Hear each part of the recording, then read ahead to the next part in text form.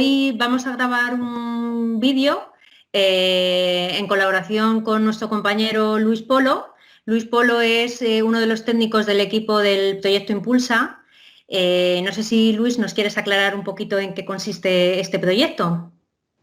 Sí, buenos días. El proyecto Impulsa nace dentro de los diferentes proyectos de ayuda al empleo que tiene Cruz Roja como consecuencia de poder prestar ayuda o apoyo a aquellas o a todas aquellas personas que tienen una inquietud por emprender, por iniciar un negocio por cuenta propia. Desde Impulsa les ayudamos en el desarrollo de esa primera idea que tienen ellos para poner en marcha el negocio, confeccionamos conjuntamente un plan de negocio y, si es preciso, les ayudamos en la búsqueda de la financiación para ponerlo en marcha. Y durante los primeros 2 años de vida les tutelamos, les acompañamos, les asesoramos para que este proyecto se encauce perfectamente y pueda tener una duración prolongada en el tiempo. Muy bien. Bueno, la idea de realizar este vídeo es en relación a las medidas que desde el Gobierno se han ido tomando y que están afectando a las personas trabajadoras autónomas, ¿vale? En concreto, en el Real Decreto Ley 11/20 del 31 de marzo se identificaron diferentes medidas, ¿vale?, que sí que estaban teniendo un impacto importante en el desarrollo de la tarea profesional de estas personas. Entonces, Luis, no sé si nos puedes aclarar cuáles son las principales medidas que se han tomado, se han recogido en este Real Decreto. Sí, por supuesto. Fundamentalmente son 5 las medidas que se han recogido en el Real Decreto, en el último Real Decreto. La primera de ellas es la suspensión de las obligaciones derivadas de los contratos de crédito sin garantía hipotecaria. La segunda de ellas es el derecho a la percepción de un bono social por parte de los trabajadores autónomos que hayan cesado su actividad o hayan reducido su facturación como consecuencia de la crisis del COVID-19. Otra de las medidas es la moratoria en las cotizaciones a la Seguridad Social por parte de estos trabajadores autónomos. La cuarta medida es la flexibilidad de los contratos de suministro de electricidad y gas para autónomos y empresas. Y la quinta de las medidas es la suspensión de las facturas de electricidad, gas natural y productos derivados del petróleo. Uh-huh. Por aclarar un poco más a las personas que nos escuchan, en relación a estas medidas, en concreto, ¿qué significa la primera? Cuando hablamos de suspensión de las obligaciones derivadas de los contratos de crédito sin garantía hipotecaria. Pues, como bien dices, lo que supone o el objeto de la medida es que se suspendan temporalmente estas obligaciones de estos créditos sin garantía hipotecaria. La condición es que estos créditos estuvieran vigentes a la fecha de entrada en vigor del Real Decreto y cuando la persona que lo ha contratado se encuentre en una situación de vulnerabilidad económica en los términos que establece el propio Real Decreto para la crisis del COVID. Uh-huh. ¿Y cuándo se considera en este Real Decreto que una persona está en situación de vulnerabilidad económica? Han sido varios los criterios de valoración que ha establecido el Real Decreto. En primer lugar, habla de que el potencial beneficiario pase a estar en situación de desempleo o, en caso de ser un empresario o profesional autónomo, sufra una pérdida sustancial en cuanto a sus ingresos o su facturación que esté en torno a un 40% o sea superior. Otro de los criterios que se tienen en cuenta es que los ingresos de los miembros de la unidad familiar no superen en el mes anterior a la solicitud de la moratoria el límite de 3 veces el indicador público de renta de efectos múltiples, conocido como IPREM, y que se sitúa en 537,84 euros al mes. Hay que tener en cuenta, además, supuestos especiales como las cargas familiares, las familias monoparentales, las discapacidades superiores al 33%, etc. Otro de los criterios de valoración es que el total de las cuotas del pago periódico del préstamo, más las cuotas del arrendamiento de la vivienda, más los gastos y suministros básicos, resulte superior o igual a un 35% de los ingresos netos que perciba el conjunto de los miembros de la unidad familiar. Y por último, otro de los criterios que se tiene en cuenta es que, a consecuencia de la emergencia sanitaria, la unidad familiar haya sufrido una alteración significativa en las circunstancias económicas, cuando el esfuerzo que represente el total de la carga entendida como la suma de las cotizaciones del préstamo y del alquiler de la vivienda, sea multiplicado al menos por 1,3. Nunca este caso resultará, o en este caso, resultará de aplicación para los consumos vulnerables en ámbito de agua, gas natural, electricidad, etc. Muy bien, Luis. En el caso de que las personas que nos están escuchando o nos están viendo se sientan identificados con estos criterios que nos trasladas, ¿cómo podrían acreditar esta vulnerabilidad? Se puede acreditar de varias maneras, todas ellas muy sencillas. Por ejemplo, en caso de que la persona se encuentre en situación legal de desempleo, basta aportar el certificado expedido por la entidad gestora de las prestaciones. En el caso de que la circunstancia sea por el cese de actividad de los trabajadores por cuenta propia, pues mediante el certificado expedido por la Agencia Estatal de Administración Tributaria o el órgano competente de la comunidad autónoma.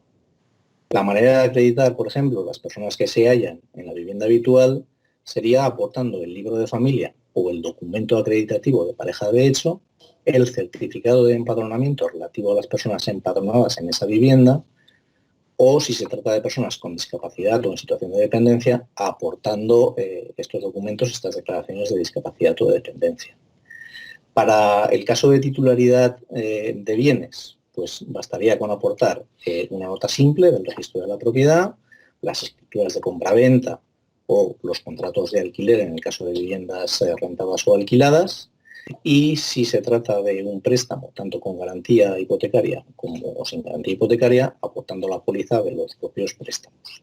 Y por último, se podría aportar una declaración responsable del deudor o deudores relativa al cumplimiento de los requisitos exigidos para considerarse sin recursos económicos con arreglo al Real Decreto. ¿Y de qué plazo se dispone para tramitar esta suspensión? Los solicitantes disponen de un periodo hasta un mes después del fin de la vigencia del estado de alarma.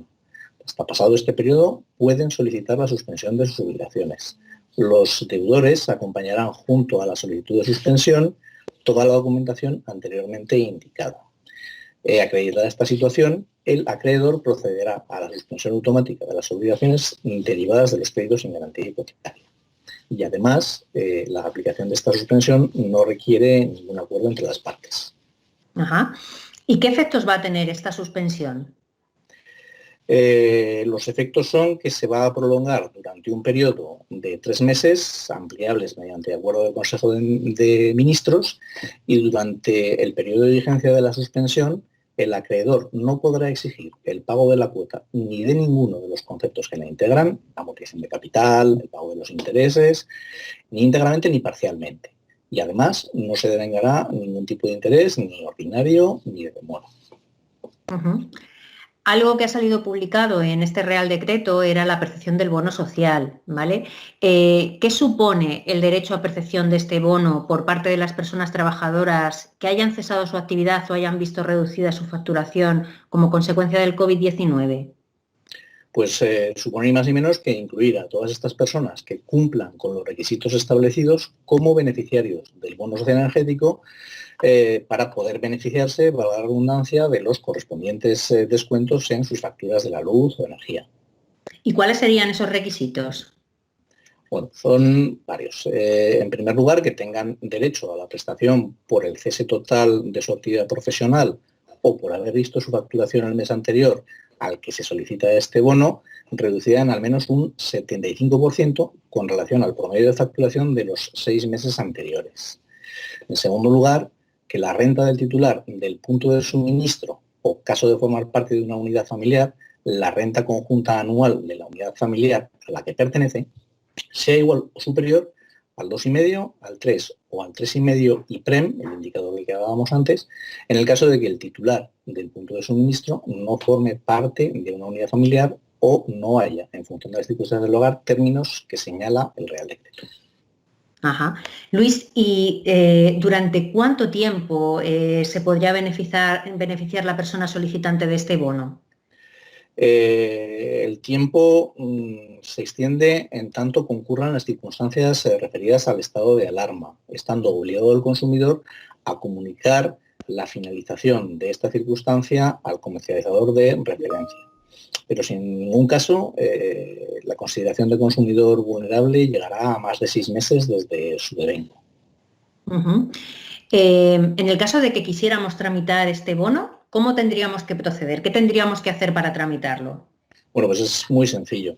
Simplemente hay que contactar con el comercializador, rellenando el modelo de solicitud que viene en el propio Real Decreto y aportando la documentación acreditativa, que no es otra cosa que una copia del NIF o NIE del titular del punto de suministro y de cada uno de los miembros de la unidad familiar, el certificado de empadronamiento en vigor individual o conjunto, el libro de familia, en caso de que exista una unidad familiar, y la acreditación de la condición de vulnerabilidad conforme a los requisitos del Real Decreto 8/2020 de 17 de marzo.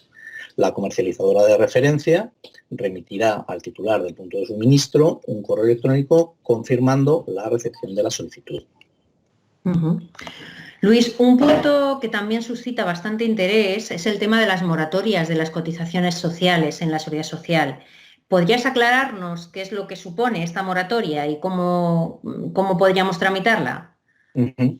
Pues supone, como bien dices, una moratoria, un retraso de 6 meses sin intereses a las empresas y trabajadores por cuenta propia, incluidos en cualquier régimen de la Seguridad Social que lo soliciten y que cumplan con los requisitos establecidos en el Real Decreto. La moratoria afecta al pago de las cotizaciones a la Seguridad Social y por los conceptos de recaudación conjunta.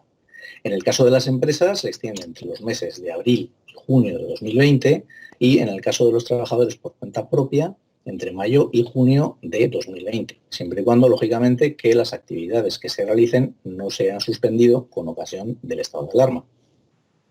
Uh-huh. Y para su trámite, ¿cómo tendrían que hacer? Pues es un trámite sencillo también, como los anteriores. Las solicitudes de moratoria deberán presentarse, en el caso de las empresas, a través del sistema de remisión electrónica de datos, el sistema red de la Seguridad Social. Y en el caso de los trabajadores por cuenta propia, a través del citado sistema red o por los medios electrónicos disponibles en la sede electrónica de la Secretaría de Estado de la Seguridad Social. Uh-huh. ¿Y de qué plazo se dispone para presentar la solicitud en el caso de estar interesado o interesada? La solicitud hay que presentarla a la Tesorería General de la Seguridad Social dentro de los 10 primeros días naturales de los plazos reglamentarios para el ingreso correspondiente a los periodos de devengo señalados, sin que en ningún caso se pueda proceder a la moratoria de aquellas cotizaciones cuyo plazo reglamentario de ingreso haya finalizado con anterior a la solicitud. La concesión se comunica en el plazo de 3 meses o de los 3 meses siguientes a la solicitud y esta moratoria no es de aplicación a los códigos de cuenta de cotización que se hayan acogido a un ERTE. Uh-huh. Bueno, algo también interesante para las personas trabajadoras autónomas que tienen sus pequeños comercios es la flexibilización de los contratos de suministro de electricidad y gas. Uh-huh. ¿Qué supone esta flexibilización? Pues supone que excepcionalmente y mientras mantenga las circunstancias en vigor del estado de alarma, los trabajadores por cuenta propia o autónomos o que se encuentren en una situación asimilable y las empresas podrán modificar o suspender temporalmente los contratos referidos sin que se proceda a cargo alguno en concepto de penalización en estos contratos. Uh-huh. ¿Y qué requisitos serían necesarios? Es simplemente el único requisito que se exige es estar dado de alta en el régimen especial de trabajadores autónomos o asimilable. Uh-huh. ¿Y cómo se tramitaría? Pues también es muy sencillo. Hay que enviar una solicitud a los distribuidores, al distribuidor o distribuidores correspondientes y notificar dicha solicitud a la Dirección General de Política Energética y Minas. Una vez finalizado el estado de alarma en el plazo de 3 meses, el consumidor que haya solicitado esta suspensión de su contrato podrá solicitar la reactivación, que se realizará en un plazo máximo de 5 días naturales sin que se proceda a ningún tipo de repercusión de coste por la realización de este trámite. Uh-huh. También existe la posibilidad de hacer una suspensión de las facturas de la electricidad, el gas natural o los productos derivados del petróleo. ¿En qué consiste esa suspensión o qué supone? Pues como bien dices, lo que se suspende es el pago de las facturas en este tipo de suministros durante los periodos que correspondan o que dicha facturación corresponda con la situación del estado de alarma, incluyendo todos los conceptos relativos a la facturación. Ujú. ¿Y qué requisitos se exigen para poder solicitar estas suspensiones?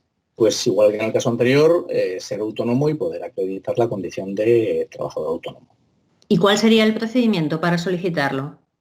Pues la suspensión o los procedimientos para solicitar esta suspensión son a través de aquellos medios que no supongan desplazamiento físico, es decir, son medios telemáticos. Hay que dirigirse al comercializador o distribuidor y en la solicitud los consumidores deben estar claramente identificados. Ujú. ¿Y qué efectos produce? ¿Implicaría que luego la persona tendría que solicitar un nuevo alta? ¿Qué efectos produce? ¿Nos lo puedes aclarar? Bueno, el efecto es la suspensión, como estábamos hablando antes, y una vez finalizado el estado de alarma, todas las cantidades adeudadas se irán regularizando a partes iguales en las facturas emitidas por los comercializadores en los 6 meses siguientes. Los autónomos y empresas que se hayan acogido a esta suspensión de la facturación que establece el Real Decreto no podrán cambiar, eso sí, de comercializadora de electricidad o gas natural en tanto no hayan regularizado su situación deudora. Ujú. Muy bien, pues muchísimas gracias, Luis. Espero que con con esta entrevista podamos aclarar a las personas trabajadoras autónomas en qué consiste estas medidas nuevas. Y bueno, si hay más dudas, sabéis que podéis poneros en contacto con nosotros a través de las diferentes redes y canales del servicio multicanal.